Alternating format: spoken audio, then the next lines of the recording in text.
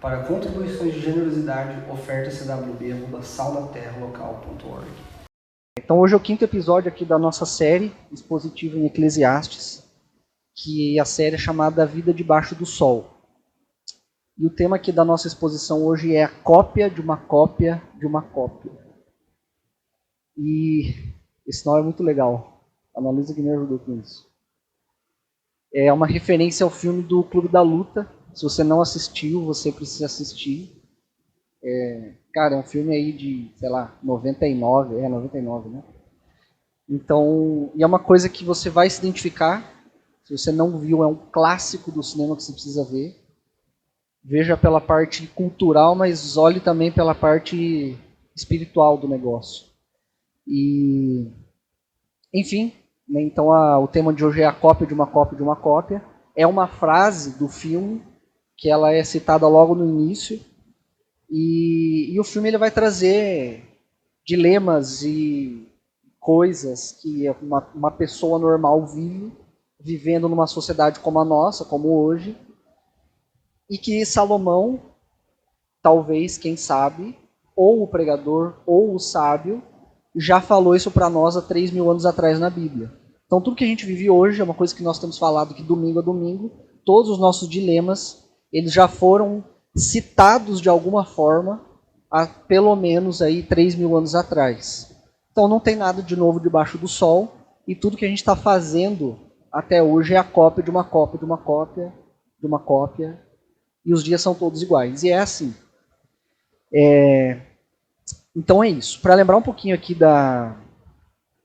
do que a gente já viu, o livro de Eclesiastes ele vai falar sobre dois temas, duas palavras-chave, vamos dizer assim, principais, que é vaidade, e ele, o autor aqui ele vai citar essa palavra se referindo à inutilidade, ou seja, vaidade é uma coisa inútil, inútil é aquilo que não tem utilidade, obviamente, ou é infrutífero. Esse é um outro significado para inutilidade ou para vaidade também.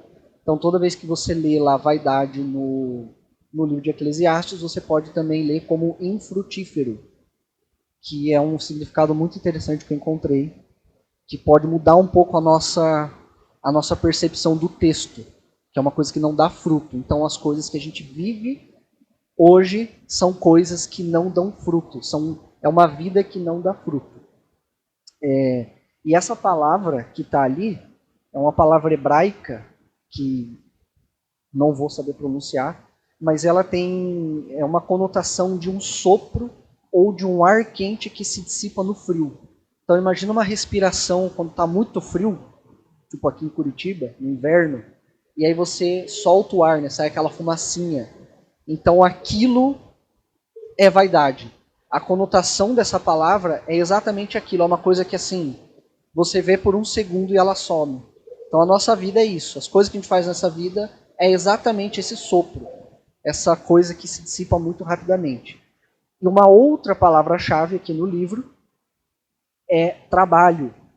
O significado aqui de trabalho, ele vai fazer menção a trabalho por ganhos materiais, que é alguma coisa parecida como emprego. Então você trabalha, você tem um esforço ali e você ganha um dinheiro pelo tempo que você gasta dentro daquele esforço. Então, tempo, esforço e ganho material está tudo relacionado. Inclusive, não só na Bíblia, mas fisicamente, matematicamente, enfim, a ciência ela explica isso de uma forma também. Então é uma coisa que é verdade, não é mentira. Fique com isso aí. Então o trabalho que a gente vê aqui no livro é algo similar a emprego, e a gente faz uma coisa para ganhar algo em troca, seja dinheiro, seja comida, seja um bem material. Né? No nosso tempo é muito mais cultural ganhar dinheiro, né? Mas tem gente ainda que trabalha aí de forma escrava que ganha coisas, sei lá, para sobrevivência. E nós também trabalhamos para sobrevivência. Então, trabalho em Eclesiastes lembra emprego, que lembra sobrevivência. Não é vida, é sobrevivência, é uma sobrevida. E um outro ponto muito importante aqui, então, Só recapitulando, né? Isso aqui é uma introdução que a gente tá falando aí do que Eclesiastes nos diz a respeito de vaidade, a respeito de trabalho, e um terceiro ponto é sobre o tema do livro. É como a vida se dá debaixo do sol, que inclusive é o tema aqui da nossa série, mas também é como a vida acontece sem Deus. Então você pode olhar para o livro de Eclesiastes com a perspectiva de uma pessoa, de um ser humano que tem uma vida sem Deus. Como ela pensa, como ela reflete, como ela vive, o que ela acha das coisas, das pessoas, enfim. Toda uma reflexão aí sobre uma vida sem Deus.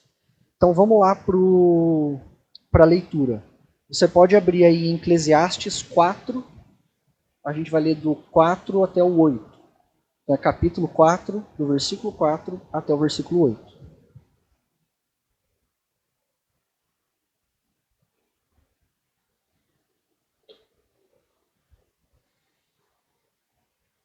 Então vamos lá. Vamos fazer a famosa. Quem abriu, diz amém. Quem não abriu, diz misericórdia. Vocês já abriram? Então eu vou ler.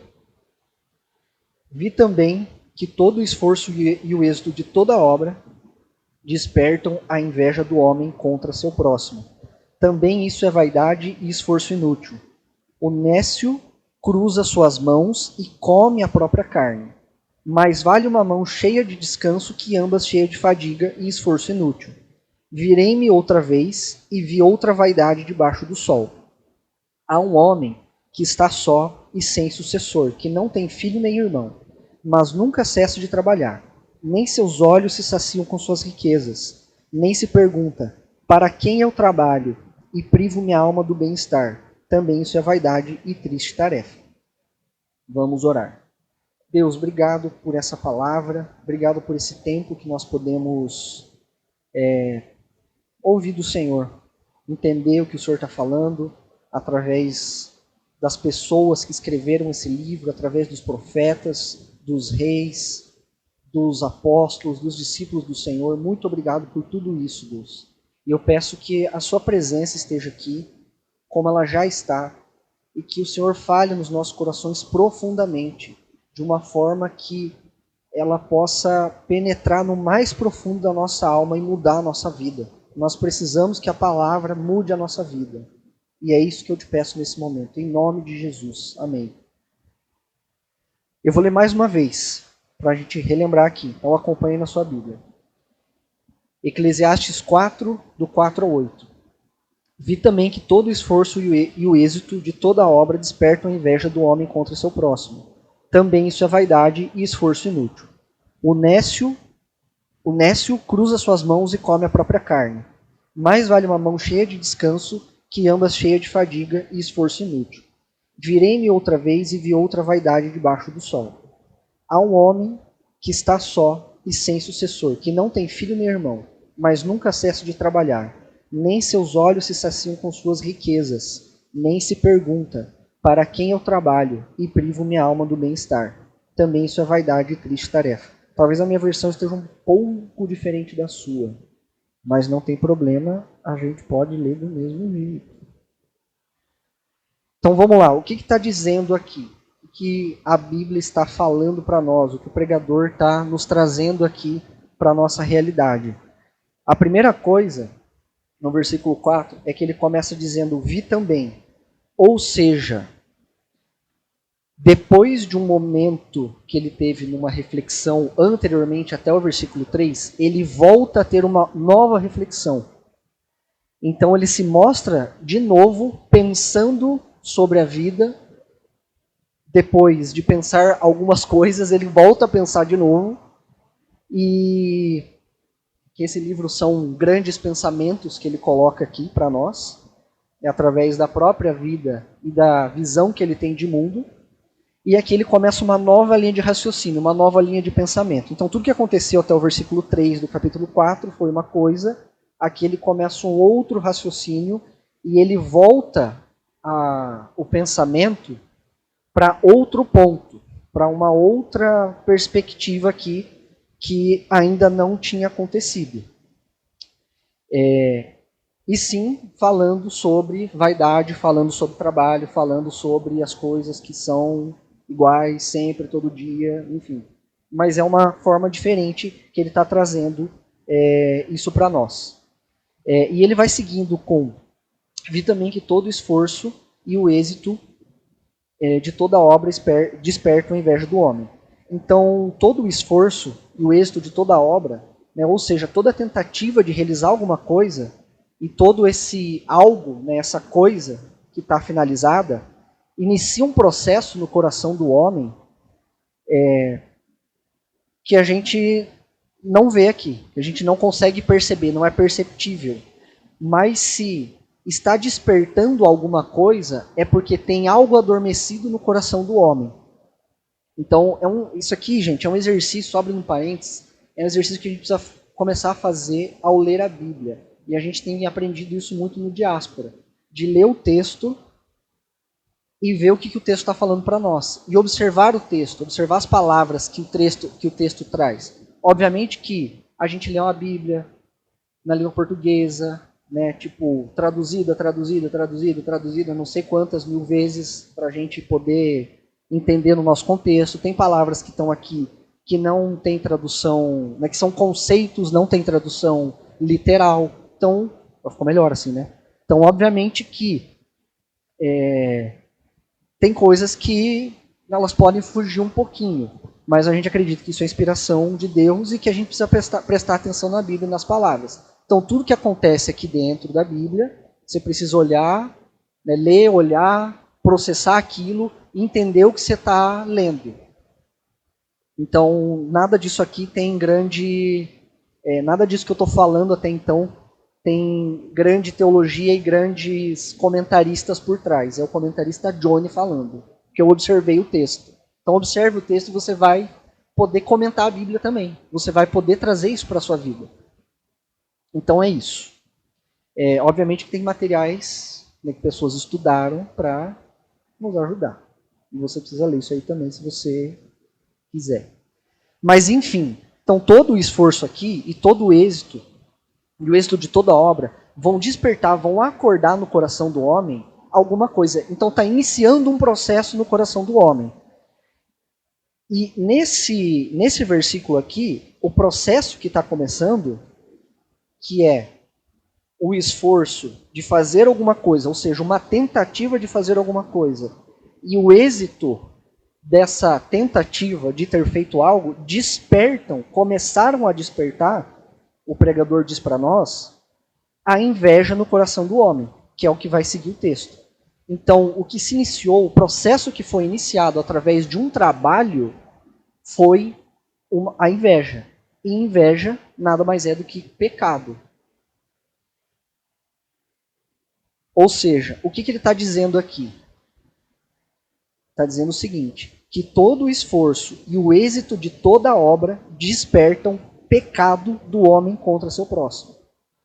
Então ele está dizendo que qualquer coisa que você faça, que tudo é tudo. Tudo.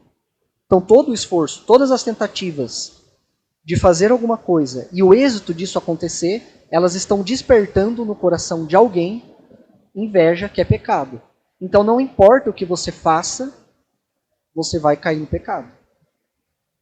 É assim, o seu coração é assim. E isso está revelando dois corações aqui. O coração de quem está trabalhando, de quem iniciou esse trabalho, essa tentativa, e o coração de quem olha para essa tentativa.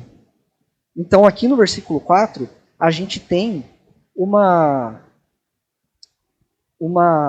olhar que o pregador está trazendo para nós, não que ele não tenha trazido isso antes, mas é uma coisa muito mais voltada para mostrar como o coração é mau e como a gente peca, independente do que a gente faça.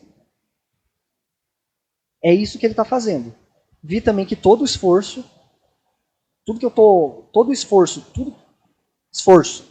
tentativa, tudo, e o êxito de toda a obra, de tudo que essa pessoa fez, esse ser humano fez, despertam a inveja do homem contra seu próximo.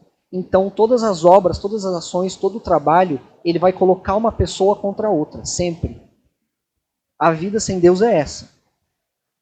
Ela está revelando aqui que as obras dos homens, elas colocam homens contra homens, colocam seres humanos contra seres humanos na face da Terra durante toda a história da humanidade. E se ele fala assim, que desperta, é porque estava adormecido, como eu falei antes. Ou seja, o pecado está adormecido, começa a acontecer alguma coisa, inicia-se um processo, e essa coisa desperta o pecado no coração do homem. Então coloca para fora o coração do homem. E ele diz que isso acontece contra o seu próximo. Então, além de fazer isso, de despertar o pecado, ele realiza essa ação contra o seu semelhante, contra aquela pessoa que é carne da sua carne, que é sangue do seu sangue, que diz que é seu irmão, que é da sua família. E é contra essa pessoa que o trabalho de um está se levantando contra o outro. É um contra o outro. É isso que ele está falando aqui. E esse esforço, tudo que é provindo desse esforço, dessas tentativas e dessas obras, a princípio bem-sucedidas, até muitas vezes com cara de santidade, elas são nocivas para que coloquem homens, né, seres humanos contra seres humanos. E isso pode ser, inclusive, dentro da sua própria casa. Então, nunca duvide da sua capacidade de fazer o mal contra quem você ama. Então, tudo que você faz, todo o seu esforço, todas as suas obras, por mais boas que elas sejam, elas vão levantar você contra o seu irmão ou o seu irmão contra você. Isso vai acontecer. Essa é a vida sem Deus. Eclesiastes fala de uma vida sem Deus.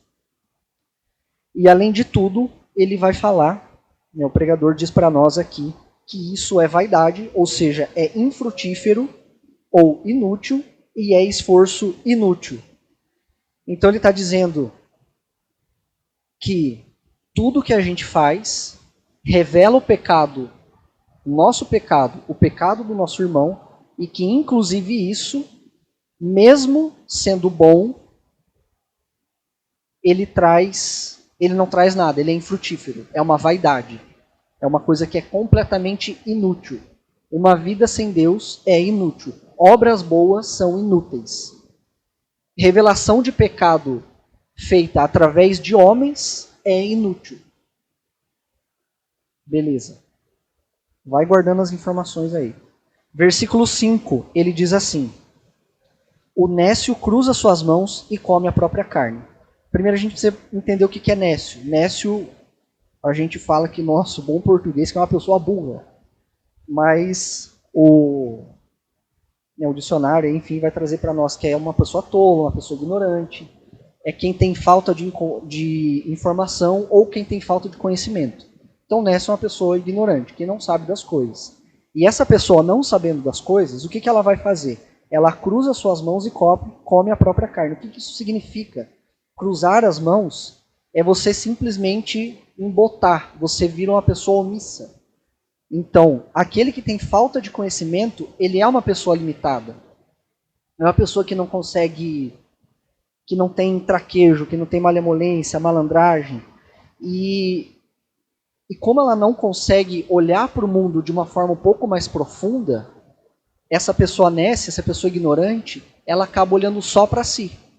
Então ela cruza as suas mãos, ela olha para si, ela embota, né, ela se fecha e ela vira uma pessoa omissa. Cruzar as mãos aqui tem um significado, tem essa conotação de omissão. E come a própria carne. Ela começa a se autodestruir. Ou seja, o pregador está falando o seguinte, que uma pessoa limitada, ela só consegue olhar para si. E olhando para si, ela é uma pessoa omissa e ela se autodestrói. O ser humano, simplesmente por ele mesmo, ele nega a realidade e se destrói. E isso ele faz por falta de conhecimento. Então nós se autodestruímos por falta de conhecimento. Nós somos omissos por falta de leitura bíblica, por falta de comunhão, por falta de ir atrás do conhecimento de Deus, do conhecimento de Cristo. E isso nos torna omissos e faz com que a nossa própria vida, faz com que a gente mesmo destrua a nossa própria vida. Versículo 6, ele vai dizer assim, que mais vale uma mão cheia de descanso que ambas cheias de fadiga e esforço inútil. Vou ler mais uma vez. Mais vale uma mão cheia de descanso que ambas cheias de fadiga e esforço inútil. Então, o que ele está dizendo aqui? Cara, simplicidade é uma coisa que a gente precisa entender como algo essencial na vida. Uma mão cheia de descanso, uma parte, meia parte cheia de descanso, ela vale mais do que tudo fadigada de trabalho. A gente precisa começar a olhar para as coisas de uma forma mais simples. E parece muito óbvio aqui que 2 mãos fadigadas de esforço são inúteis. Isso parece óbvio quando a gente lê o texto.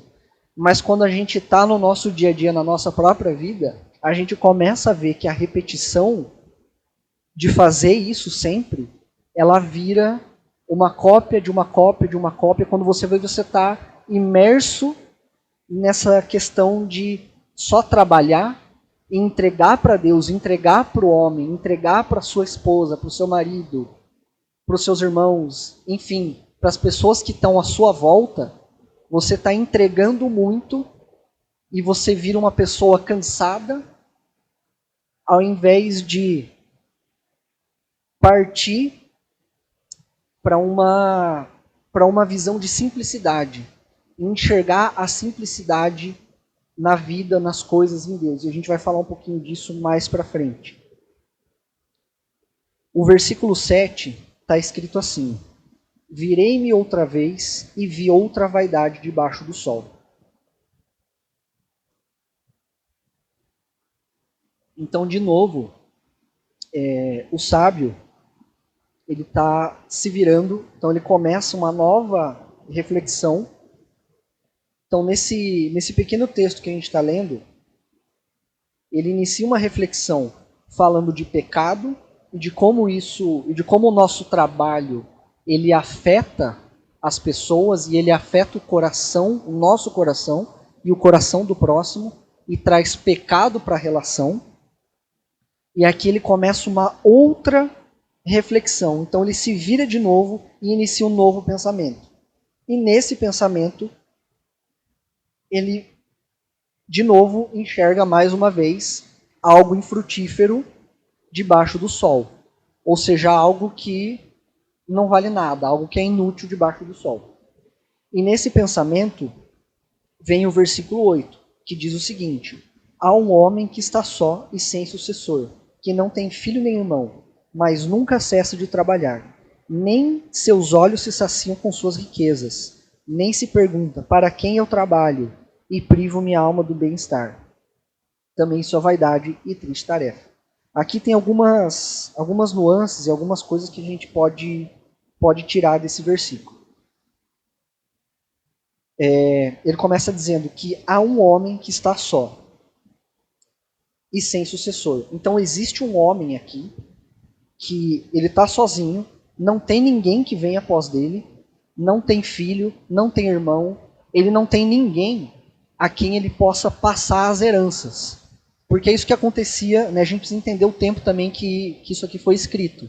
Era um tempo onde, não que hoje não aconteça, mas é menos comum, né? A gente ter, as heranças elas vão passando de geração em geração, mas aqui era muito mais comum você construir coisas e aí você vai passando tudo que você construiu, inclusive não só bens materiais, mas a sua reputação, ela é passada de geração em geração. Ou então, se você faz parte da família real, a sua família vai ser, né, geração em geração, vai ser uma família real, uma família de reis. E assim vai. E aqui a gente está enxergando, o pregador ele enxerga um homem que está simplesmente sozinho que não tem ninguém junto, que não tem ninguém a quem ele possa passar. E existem umas regras para isso. Existem regras que vão ditar essa sucessão de herança, né? Para quem vai essa herança, enfim, o que vai acontecer. Tem o filho, aí tem o irmão, tem a esposa, enfim, tem um monte de gente ali. Mas aqui a gente vê um homem sozinho que não tem ninguém. Essa pessoa, esse ser humano, ele está completamente sozinho. Não tem família, não tem amigo, não tem filho, não tem irmão, não tem ninguém que possa pegar as heranças de tudo aquilo que ele está trabalhando. Então ele nunca cessa de trabalhar. E ainda nesse tempo aqui, você construía, né, então digamos aqui que você seja o homem da casa. Que era assim, né? O homem da casa ia, trabalhava, fazia as coisas, a mulher cuidava de dentro de casa, e a herança da família era passada de geração em geração. Resumidamente era isso. E a reputação da família era passada de geração em geração também. E aí, por que ou para quem o homem trabalhava? Ele trabalhava para a sua família, para que o seu filho, para que as próximas gerações, elas pudessem pegar o que ele construiu como herança e começar uma nova vida. E assim, sucessivamente, eternamente, até que morra, viva, morra, né, e nasça de novo, enfim. É assim que acontece. Mas aqui a gente vê um homem que está sozinho, não tem para quem dar dinheiro, não tem para quem dar os seus bens materiais, tudo que ele construiu, mas mesmo assim ele não para de trabalhar. Então é uma coisa meio burra, assim. Uma coisa meio que não faz sentido. É uma pessoa que vive para o trabalho, mas ela não tem para quem dar tudo que ela está construindo.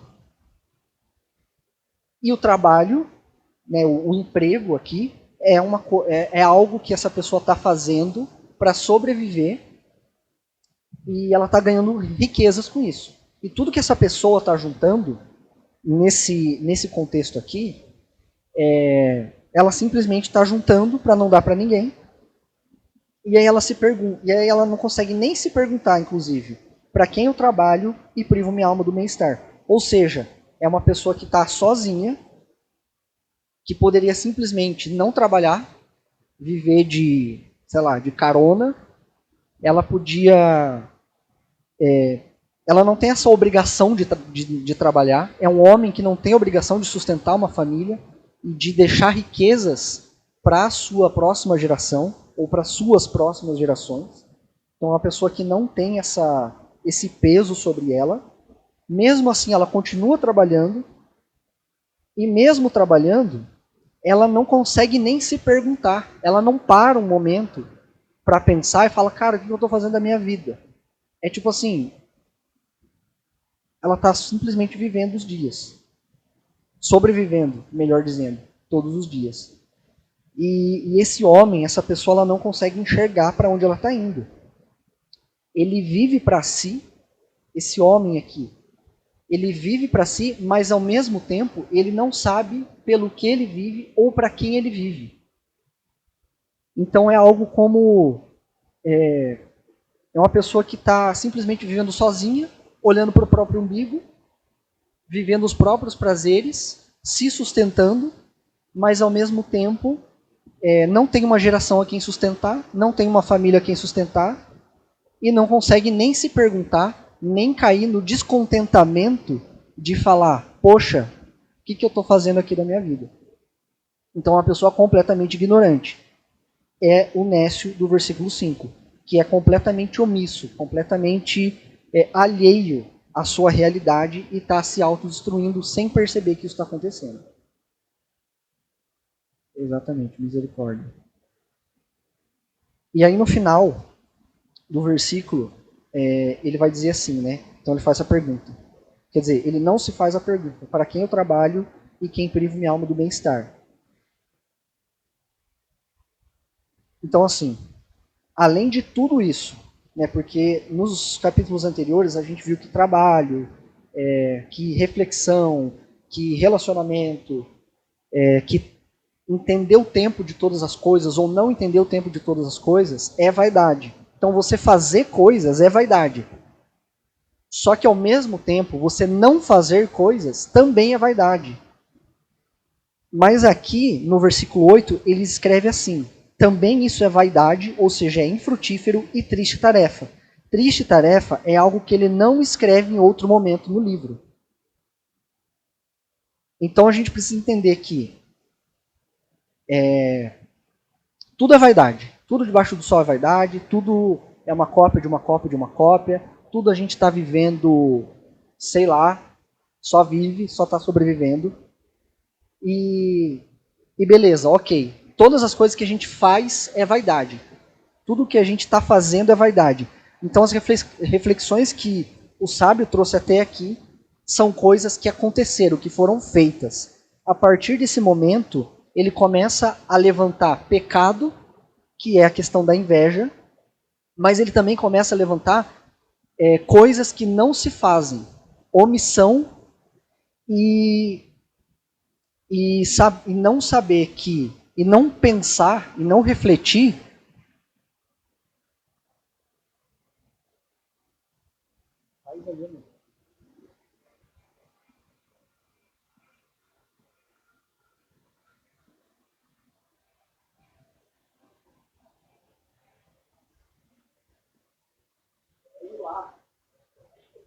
Sai.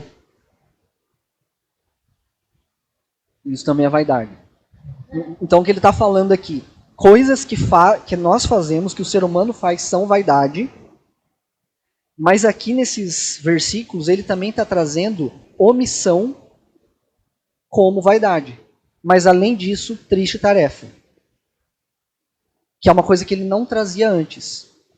Então, você fazer coisas e você pensar, você ser ativo em trabalhar e achar que você está fazendo uma coisa boa é vaidade, mas você ser omisso, você ser passivo, também é vaidade. Você não pensar sobre a sua vida, você não refletir sobre a sua vida, você não trazer as dores da sua vida, né, os problemas para a mesa, trazer essas cartas para a mesa, também é vaidade. Também é infrutífero. Também é uma vida sem Deus. Então você precisa acessar o seu coração. Você também precisa acessar a sua dor. Você precisa acessar o seu problema. E também as suas alegrias. E também as feridas que outras pessoas fizeram em você que você não teve a chance de se defender. Coisas que, sei lá, você simplesmente não consegue, você não conseguiu se defender de fato. Né? Você foi passivo em relação à ação de outras pessoas.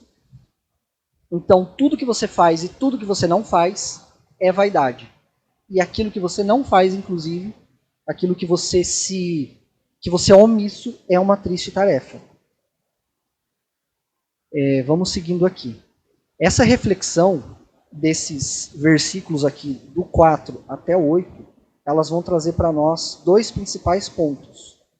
O primeiro ponto é que a vida sem Deus é uma cópia de uma cópia de uma cópia.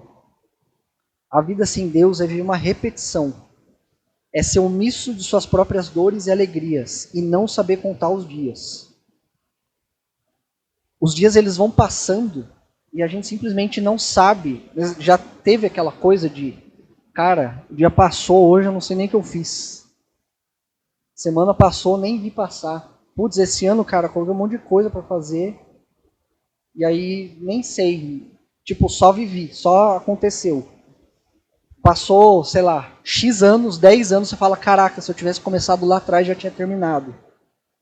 Então a gente não sabe contar os dias. Uma vida sem Deus é viver uma vida que nós não sabemos contar os dias, que a gente não consegue sair do lugar. É uma cópia de uma cópia de uma cópia.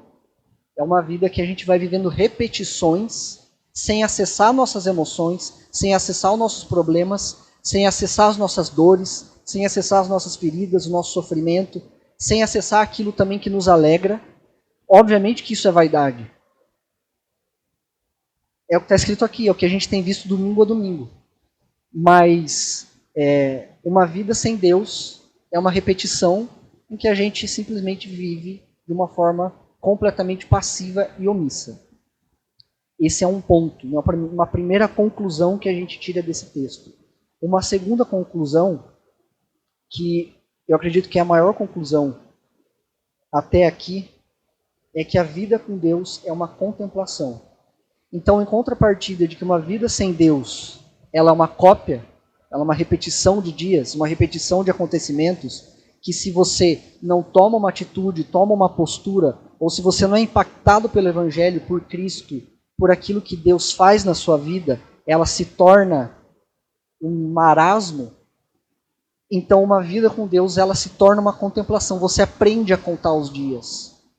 Você aprende a olhar para o seu dia, a olhar para a sua vida, para a sua semana, para as suas relações, coisas práticas, coisas do dia a dia. E você aprende a contemplar, a praticar a presença de Deus. Então, quando a gente olha para aquilo que Salomão, ou o pregador, ou o sábio escreve, ele está dizendo que tudo é vaidade. Inclusive, você fazer ou não fazer coisas. Tudo é vaidade. Mas a partir do momento que você começa a contemplar a presença de Deus e a praticar a presença de Deus, isso já começa a ter uma outra perspectiva.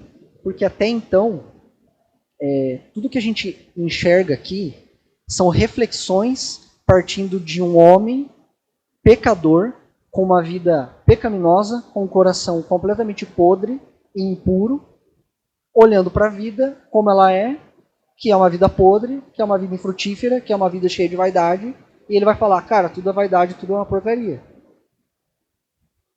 E essa perspectiva é com a perspectiva do tempo, do cronos, da cronologia.